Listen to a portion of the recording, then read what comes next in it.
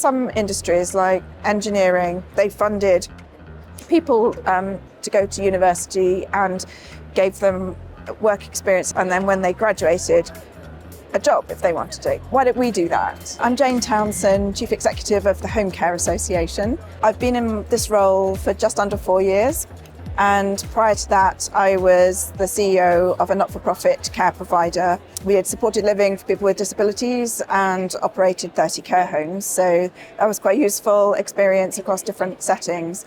My first career is as a scientist, so I spent 14 years in R&D in blue chip bioscience companies, working for companies like AstraZeneca and Syngenta.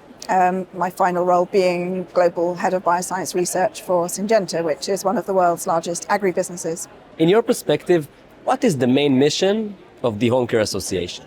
We want as many of us as possible to live well at home and flourish in our communities. Many people can be supported at home in different ways. It might be light touch to begin with, a bit of equipment, a bit of technology, occasional visits, being connected to communities, and maybe then later on more intensive support if required, right through to end of life. We can see not as positive image of carers today, and therefore we see also struggle in recruitment and retention. Where do you think we're heading in 2023 in these terms? It's a lot of emotional work as well as physical work, and it doesn't suit everybody. And I think sometimes people don't know whether they're going to like it or not until they actually try. So there's always going to be some churn at the beginning, and most of the turnover is in the first 6 months. But there are quite a substantial number of people that really stay for a very long time. And sometimes they will go on and train to become a paramedic or a nurse. And I think that's really positive because it's always good. I've changed career, as I've described. It's good to go and get different experience and to build your skills. So we should look on that as a success. In terms of care providers, what they should be focusing on? The challenge that employers have is that the income that they receive from councils just isn't sufficient to be able to make an employment offer that you'd really want to. Often the care workers feel they don't have enough time with people to really meet their needs, and that's what causes them stress.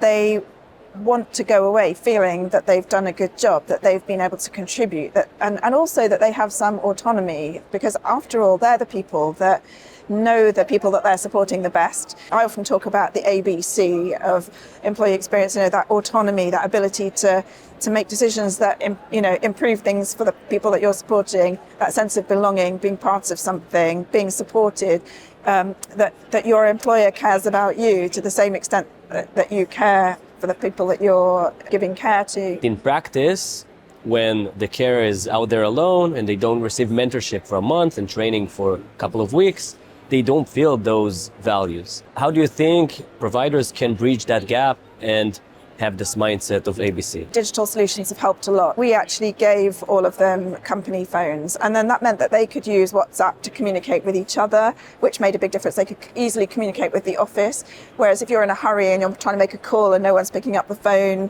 that is very frustrating as well. Things like missed calls went down to virtually nothing because the rotas were updated in real time if there were any changes. I'd like to see more multidisciplinary team working on the ground with health and care professionals in places, and that means that you can use the entire workforce in the most efficient way, so that you don't have to rely on more expensive nurses or consultants. The home care workers can do the bulk of the support and only call in the clinicians when required, or if something changes or something unexpected happens, they've got someone to go to. Do we see a lot of the workers today, the care staff, are more and more Generation Z? I just don't think that as a sector we've done enough to be at the school careers affairs. Some industries like engineering, for years and years, they funded people to go to university and gave them work experience in their vacations, and then when they graduated, a job if they wanted to. why don't we do that? In a larger organization, it's quite easy to come up with career structures, and you can move into HR, you can move into IT. You know, in a big company, it's just like any business. If you don't want to stay in care, you can go off and learn some other business skills. So I think if younger people realized how many opportunities there are, it would be more attractive. We see 53% of carers leave in the first 6 months. Why do they leave? I think it's that feeling of not being able to meet people's needs. You just feel that society doesn't recognize the complexity and doesn't really value those roles. What is the matter with the New Zealand's approach for home care? They are trying to focus more on outcomes rather than time and task. They're trying to move all of it to being more outcome focused. It's not straightforward, and they are the first to admit that in the implementation they've made some mistakes, but the thought process and the way that they've gone about it has got logic to it. So they're starting from understanding the needs of the population and in quite a bit of detail. So they've got all these quality indicators that they assess people and assign scores to. How many people are dependent through to completely independent, and within that, what the particular health needs are. And then that helps to identify what skills and competencies and qualifications the care workers need to meet those needs. What are the 3 main things that care providers should be focusing this year? Focus on retention, keeping that employee engagement, supporting